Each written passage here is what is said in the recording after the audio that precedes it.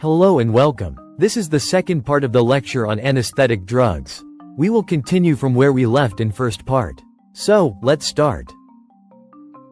The learning objectives are shown. General anesthetics primarily enhance inhibitory neurotransmission, particularly via GABA-A receptors, and suppress excitatory transmission. They disrupt consciousness by disconnecting cortical integration, not by silencing neurons entirely. But that does not explain action of all general anesthetics.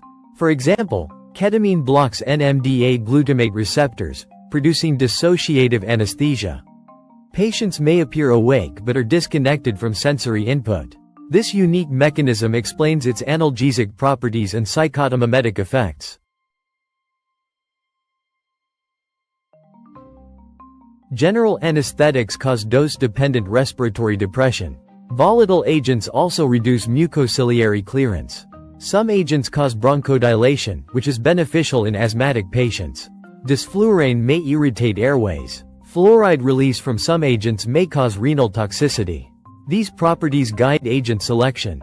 For example, an airway irritant is best avoided in a patient who is asthmatic. This is a rare, inherited disorder triggered by volatile anesthetics and succinylcholine. Excess calcium release causes muscle rigidity, hypermetabolism, acidosis, and hyperthermia. Early recognition saves lives.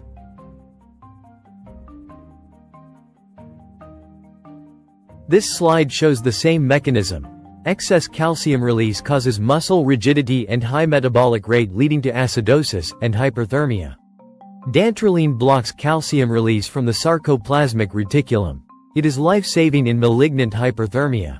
Every operating room must have it available.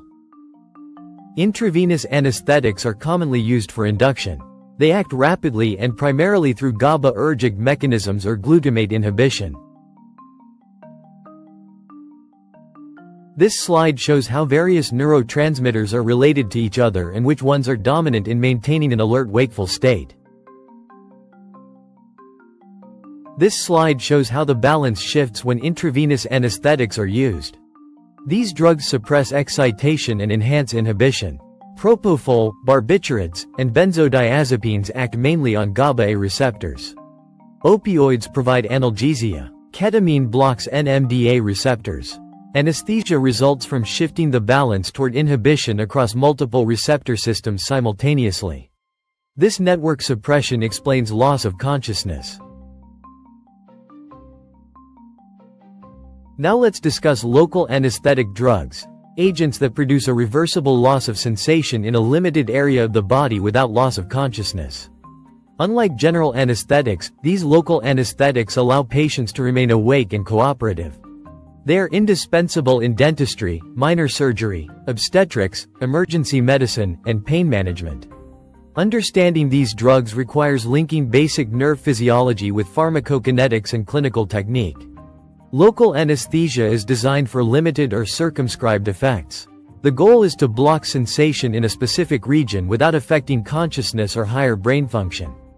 This can be achieved at different anatomical levels, ranging from surface application to blockade of major nerve trunks or spinal roots. Local anesthetic techniques can be divided into surface and tissue techniques such as topical anesthesia, infiltration, and field block. Neuraxial and nerve techniques such as nerve blocks, spinal anesthesia, and epidural anesthesia. As the site of administration moves closer to the central nervous system, the extent of sensory and motor block increases.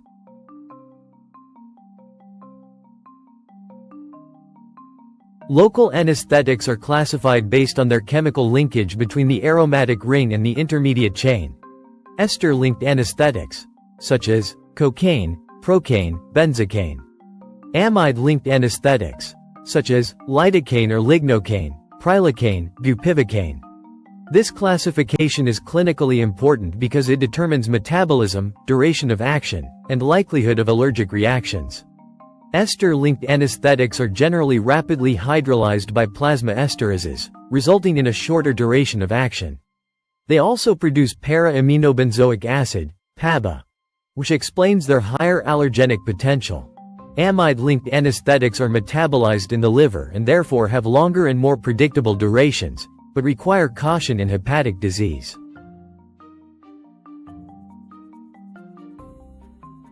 To understand how local anesthetics work, recall that nerve impulses depend on the rapid influx of sodium ions through voltage-gated sodium channels. This sodium entry generates and propagates the action potential along the nerve fiber.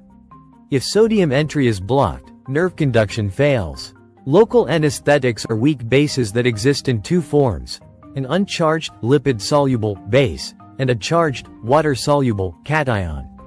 This dual nature is essential to their action and explains why tissue pH strongly influences anesthetic effectiveness. The uncharged form of the drug diffuses across the lipid-rich neuronal membrane. This step is crucial and explains why local anesthetics work poorly in acidic, infected tissues, because fewer molecules exist in the uncharged form. Once inside the neuron, where the intracellular pH is higher, the drug becomes protonated. The charged form binds to voltage-gated sodium channels from the intracellular side. This binding stabilizes the inactivated state of the channel. By blocking sodium channels, local anesthetics prevent both the initiation of action potentials as well as propagation of existing action potentials. This produces a reversible conduction block. Small, myelinated pain fibers are blocked before large motor fibers. Pain fibers are blocked first, followed by temperature, touch, and finally motor fibers. This explains why patients often lose pain sensation while retaining some motor function, especially with low concentrations.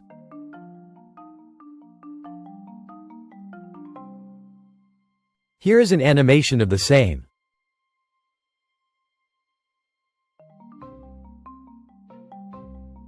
The action of local anesthetics ends either by diffusion away from the nerve by uptake into systemic circulation, or elimination through metabolism.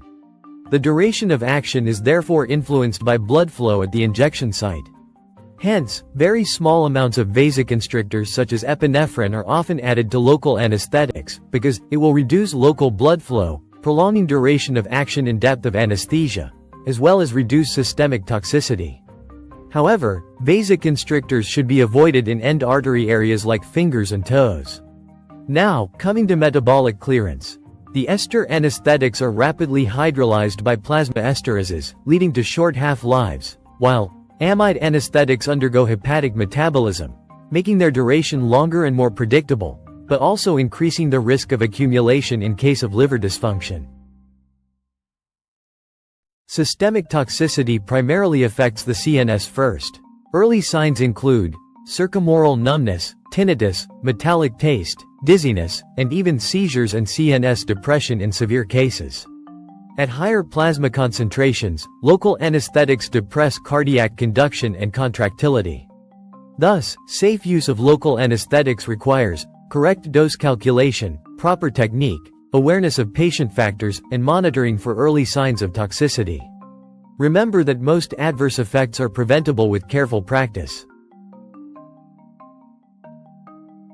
There are several factors which are taken into consideration when deciding which local anesthetic to be used, and for what purpose. For example, lidocaine is widely used because of its rapid onset and moderate duration. Bupivacaine provides long-lasting anesthesia but requires caution due to cardiotoxicity. Cocaine is unique in producing vasoconstriction due to its additional local sympathomimetic effect and abuse potential, and has limited clinical use today.